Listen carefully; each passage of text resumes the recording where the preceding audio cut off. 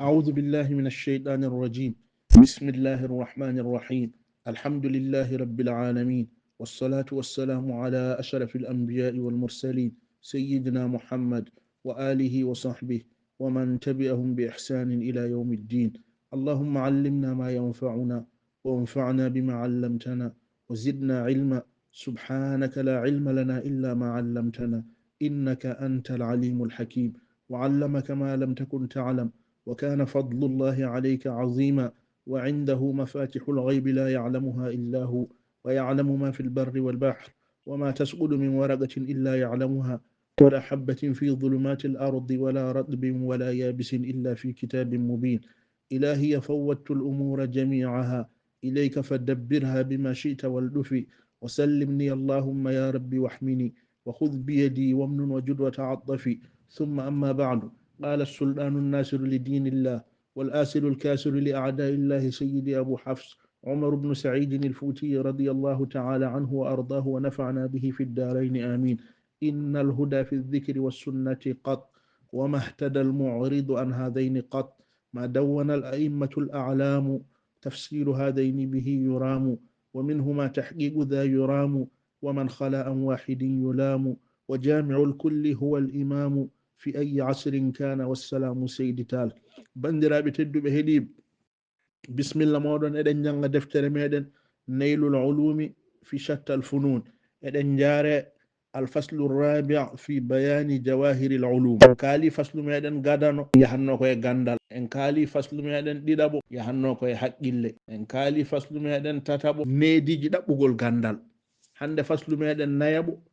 ko feññinde ko wiyete jawahirul ulumi.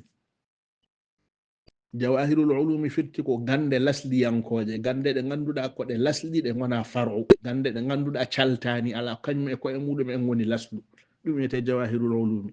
alfaslu rabi o faslu nayaɓijo fi bayani koye feññinde jawahiril ulumi, ko wiyete jawahirul ulumi woni gande lasliyankoje. bismillahi o wi min kulli shay'in yusdafa akhyaruhu id naylu kulli lilmi sahi muhalu. min kulli shay'in yusdafa akhyaruhu إذ نيل كل العلم صاح محال. وقرأ فنون العلم إن رمت العلا وعلوم دينك ما لهن مثال. وقرأ فنون العلم إن رمت العلا وعلوم دينك ما لهن مثال. إن البناء إذا ترسخ أصله لم يعيه من فوقه الأحمال. إن البناء إذا ترسخ أصله لم يعيه من فوقه الأحمال. بادر إلى حفظ القرآن وفهمه فبفهمه كل المراد تنال. بادر إلى حفظ القرآن. يا قرآن سابي القرآن جمل قل هلات. بادر إلى حفظ القرآن وفهمه فبفهمه كل المراد تنال. هنا ابن كثير جنجرتني القرآن. بادر إلى حفظ القرآن وفهمه فبفهمه كل المراد تنال. وقرأ كتاب الله يا من يتقي بتدبر كي تثمر الأعمال. وقرأ كتاب الله يا من يتقي بتدبر كي تثمر الأعمال. راجع حديث المصطفى وتزودا من حفظه ما استطعت فهو جمال. ما استطعت تعالى. راجع حديث المصطفى وتزودا من حفظه ما استطعت فهو جمال. وأخذ بآداب النبي المصطفى إن النبوة قدوة وكمال. وأخذ ورش جنجرتني. وأخذ بآداب النبي المصطفى إن النبوة قدوة وكمال. المن بعلم الفقه علم دراية كي لا ترى المحظور وهو حلال. دفتر نبدي كو ذال شودو كونو بكي ذا موضو المحظور من الحظر دون ضد الحلال. المن بعلم الفقه علم دراية كي لا ترى المحظور وهو حلال. ولتحفظن متنا صحيحا جامعا في كل فن فالمتون حبال. ولتحفظن متنا صحيحا جامعا في كل فن فالمتون حبال. هذه الثلاث هي الأساس ومن خلا عن واحد منها عداه كمال. هذه الثلاث هي الأساس ومن عدا عن واحد منها عداه كمال. ومن ابتغى هديا سواها جاهل وبقدرها تتمايز الأفضال. ومن ابتغى هديا سواها جاهل وبقدرها تتمايز الأفضال. فصل ميدان هادي هندي الفصل الرابع بيدن فصل بطو ني يهت في بيان كو فنيند جواهر العلوم كويته جواهر العلوم وني غاند lasliyankoje jawahirul ulumi ko gande lasliyankoje wonko saltata e majje wona dawabidul ulumi ɗum ko faslu men garoyowo yeeso kono faslu meɗen oɗo yahata ko jawahirul ulumi gande lasliyankoje gande ɗe ganduɗa ko kange gande ɗe ganduɗa ko kañum ɓuuri forde ko kañum woni lasli min kulli shay'in yusdafa akhyaruhu o wi hunde fof waɗi koko moƴƴi e ko ɓuri moƴƴude sa a suɓnama hakkunde ko moƴƴi e ko ɓuri moƴƴude cuɓotoɗa koko ɓuri moƴƴude ko gandal fo ene moƴƴi kono noon wonko ɓurodiri e nder gandal moƴƴude min kulli shay'in e kala hunde yusdafa ene suɓe akhyaruhu ko khiyaruhu wonno khiyaruhu hani wonde kono noon ene wiye akhyaruhu ene sella jimri ndi ene dagna ɗum ɗon li darurati وغالبا أغناهم خير وشر عن قولهم أخيار منه وأشر ابن مالك ويرتني أنا ويا أخيار أنا ويا خير أوري هود كون أخيار أنا سلا أخيار ونولاس ليو من كل شيء أكل هوند يصطفى أنا شبه أخياره كبوري موجود كو كلا هوند ودي كو موجود كبوري موجود شو بتدا كو كبوري موجود كو إذ نيل كل العلم سبي دنج دندال غندال صاحي إيه ما مسيدم محال أن جنبي نتلو أوا دنج de gande de fof a wawa andidde hunde fof gandal ene heewi gandal ene ɓurodiri ngal ɗo ɓuri ngal ɗo ngal ɗo ɓuri ngal ɗo fuɗɗoro ɓurɗe moƴƴude ɗe min kulli shay'in e kala hunde yusdafa ene suɓe akhyaruhu ko ɓuri moƴƴude ko is naylu sibi dañde kullil ilmi dendengal gandal sahi ko sahibi wonno waɗi ɗum tarhima o wi sahi musidɗam muhalun ene jombi haadi dañde dendengal gandal newotako wadde suɓo e gandal ko ɓuri moƴƴude ɗum firtani noon wata janngu dendegal gande ɗe saɗa wawi de ala man alima man hafiza al mutuna haza al fununa janngu dendegal gande ɗe saɗa wawi kono noon suɓo adoro ko ɓuri moƴƴude ko waqra fununa al ilmi janngu dendegal fannuji ɗi irrumtal ula saɗa yiɗi towde sa yiɗi towde a yiɗi wonde gando pir a janngan fannuji ɗi fof ɗi fo ɗi keɓdotako wonɗi kanɗa ardinde ko ɗino haalantuma kono ɗum firtani ya janngu ɗiɗo gacca ɗiɗo ala saɗa wawi sa hakkille mane hattani jangguiɗɗi fof waqra fununa al ilmi janngu fannuji gandal irrumtal ula sa muuyi towal kala no ɓeydoriɗa hewde fannuji noon martaba maɗa ɓeydorto towde e nder gande kono noon wa ulumu diinika gande diine maɗa mala hunna misalu ɗen ngala hono yeru gande ɗe ganduɗa ko gande diine ɗen ngala hono yeru ɗen ɓuri gande ɗe fof moƴƴude waqra fununa al ilmi janngu fannuji gande irrumtal ula sa muuyi towal wa ulumu diinika gande diine maɗa gande jowitiɗe e diine mala hunna misalu ɗen ngala honoje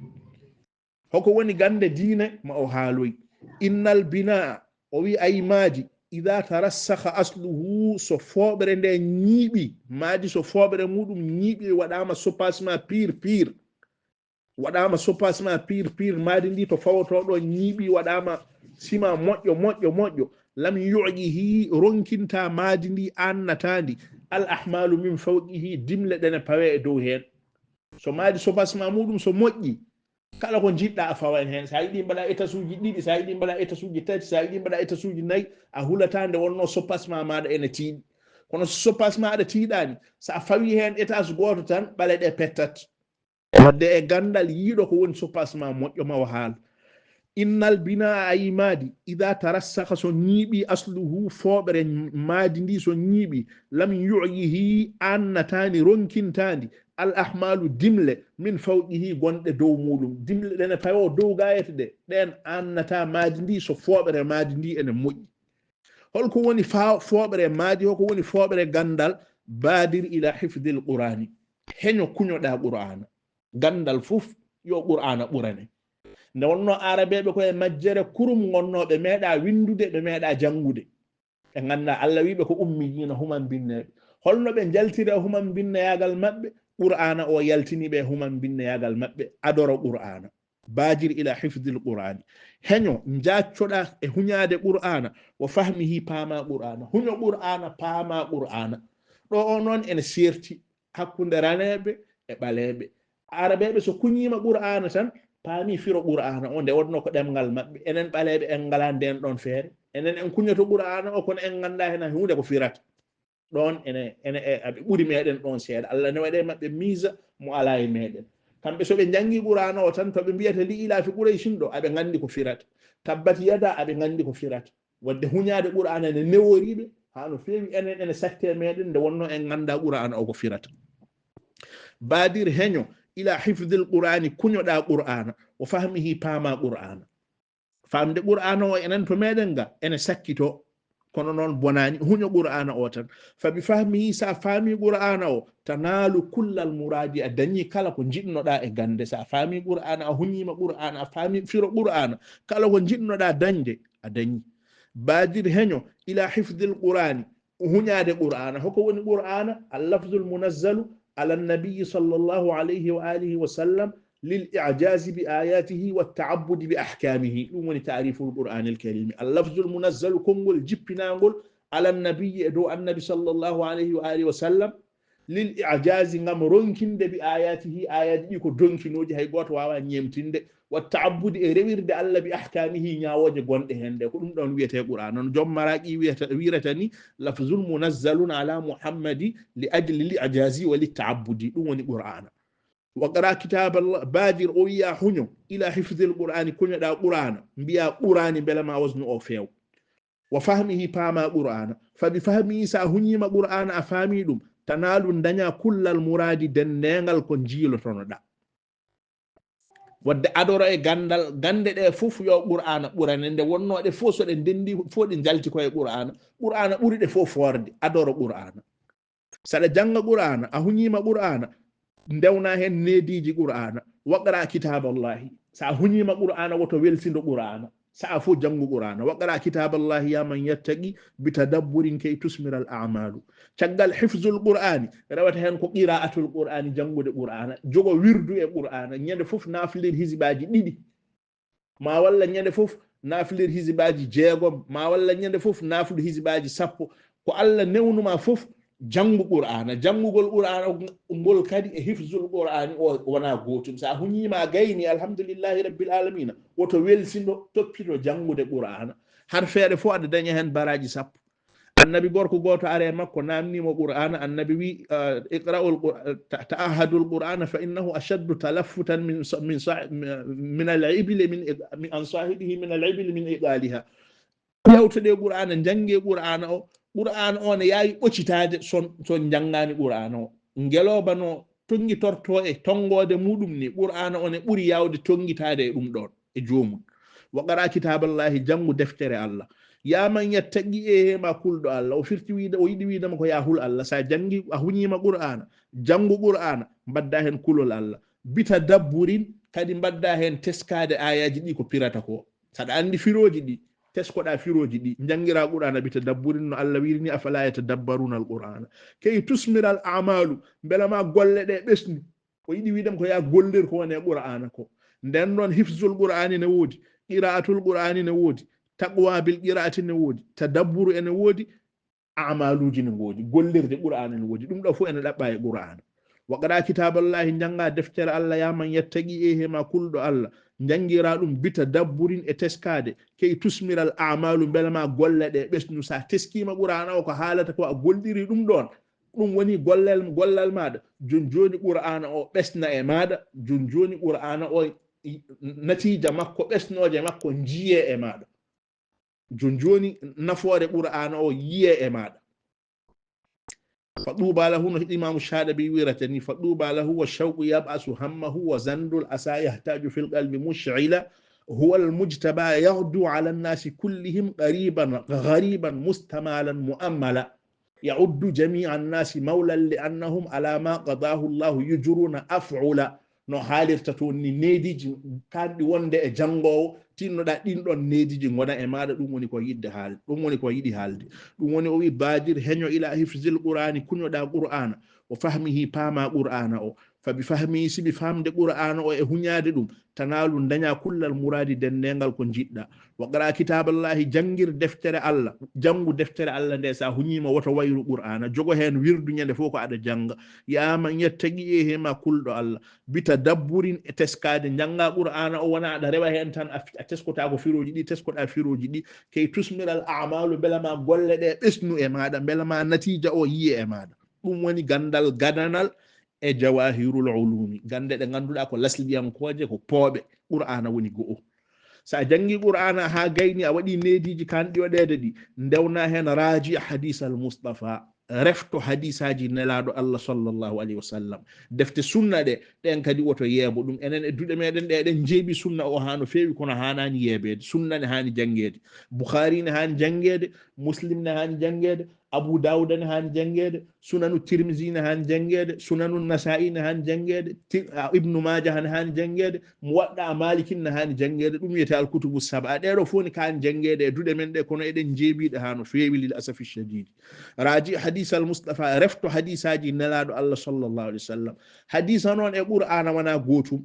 qur'ana o wi ko ya kenyoda kunyoda qur'ana o kono hadith o wata zawadan min hifdhihi masdata hunyo seeda ko kattanda e hadith wawa hunyorede no qur'ana hunyorani hunyogol qur'ana go ko sirru mo Allah wade qur'ana Allah wi der qur'ana wala qad yassarna al qur'ana lidhikri fa hal min muddakirin ko minen newni qur'ana o yo hunye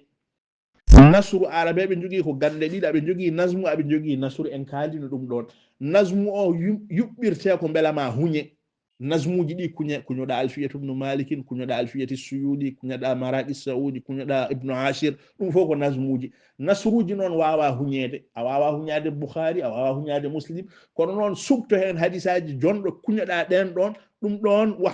wa tazawwadan joboda min hifzihi e hunyade hadisaji di mas'ata ko kattanda fa huwa jamalun ko jondam kala no kunyorida hadisaji gandal maada be dorto yolde ngati sa hali biya annabi wi ndani ndewa e hadis o dum ene yonna ene sinka gandal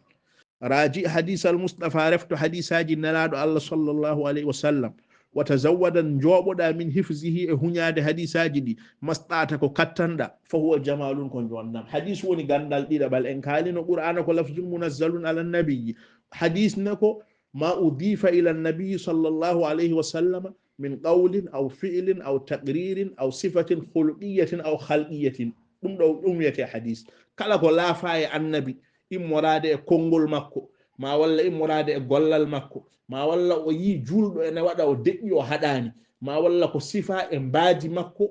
to bange tagodi makko ma walla ko sifa e mbaadiji makko to bange jikkuji makko ko wayno munyal makko e tinnare makko e yankinare makko mbaaji makko ko wayno jondam makko e danawul makko e subawlugol sukunu makko e ko nande e mudum dum don fo naati e hadith dum yete hadith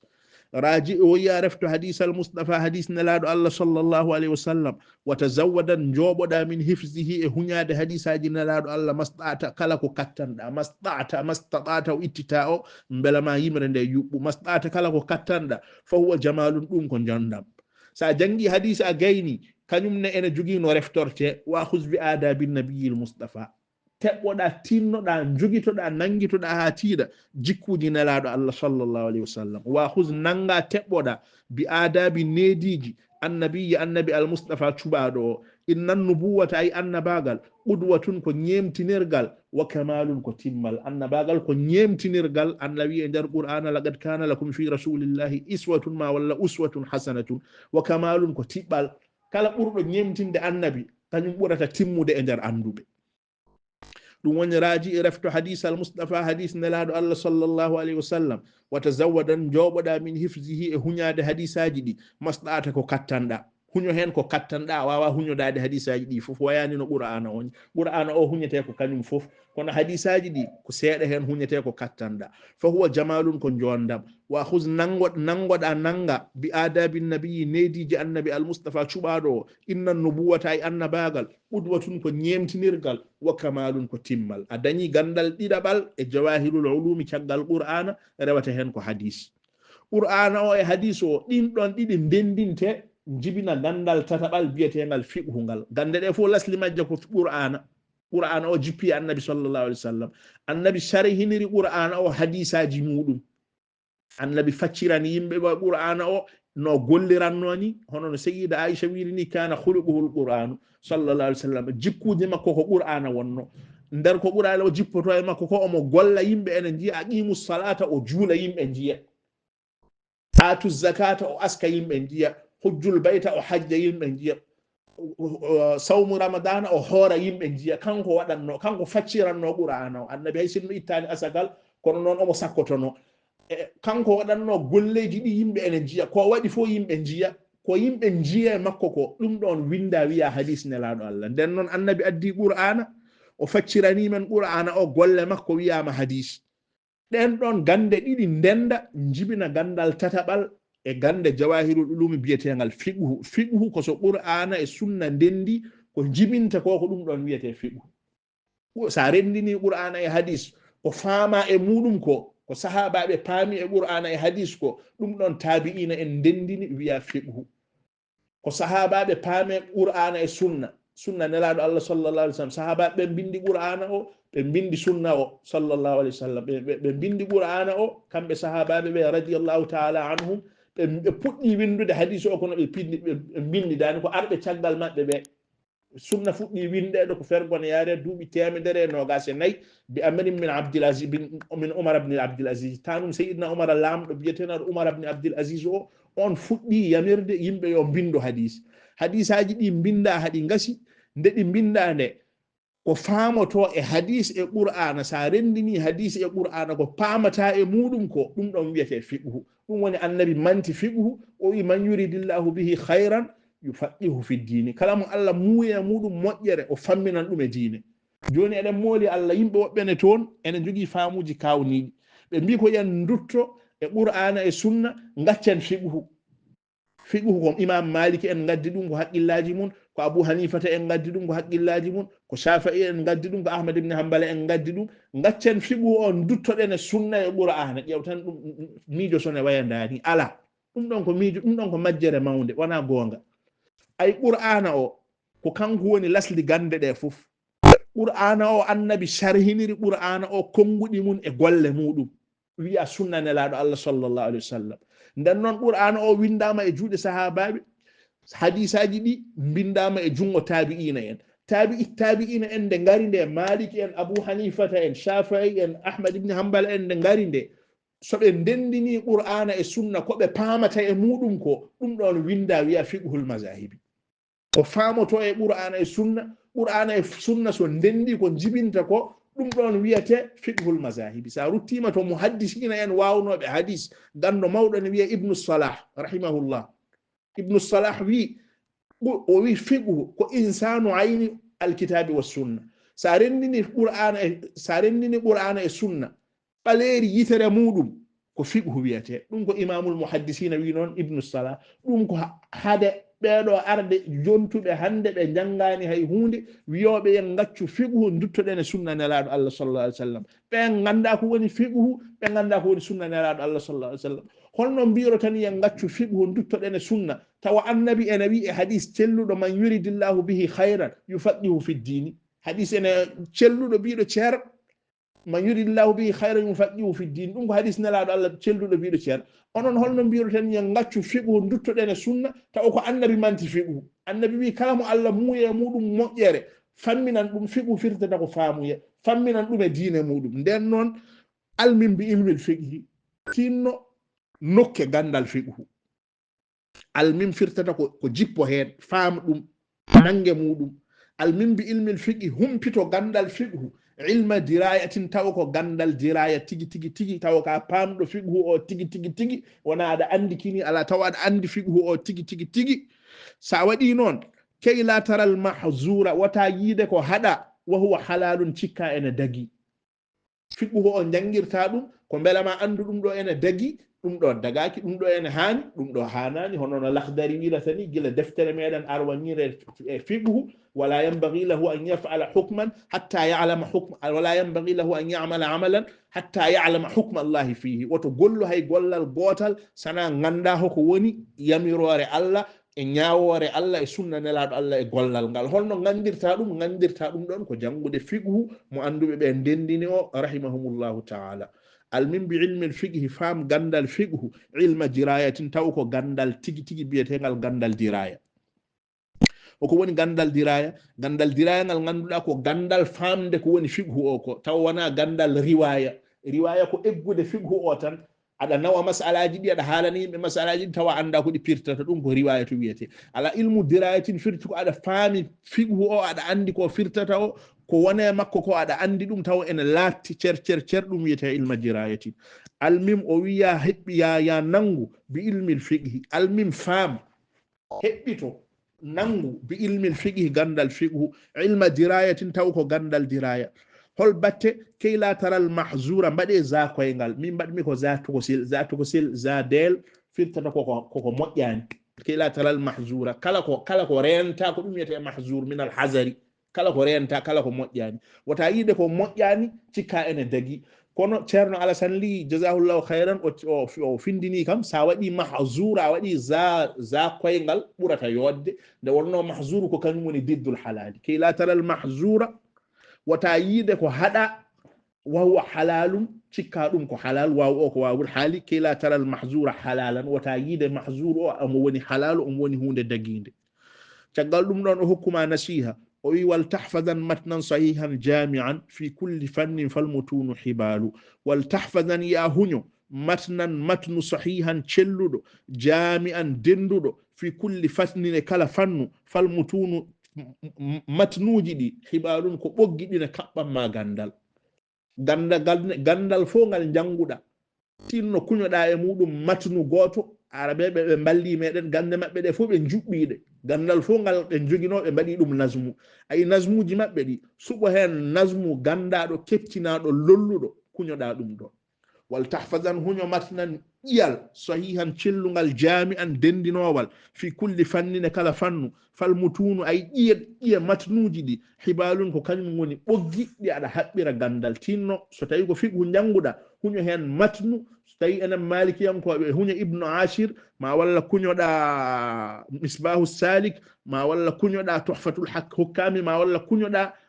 nasmu bawɗo wonde fof haadi tan ko nasmu celluɗo lolluɗo gandaɗo tinnoɗa kuñoɗa ɗum wal tahfazan huño matnan sahihan matnu celluɗo jami'an dendinowo fi kulli fannine kala fannu falmutunu matnuji ɗi nasmuji ɗi o fanditi hibalun ko ɓoggi ɗi ne kaɓɓanma gandal hazi salasu o wi ayi ɗeɗo gande tati qur'ana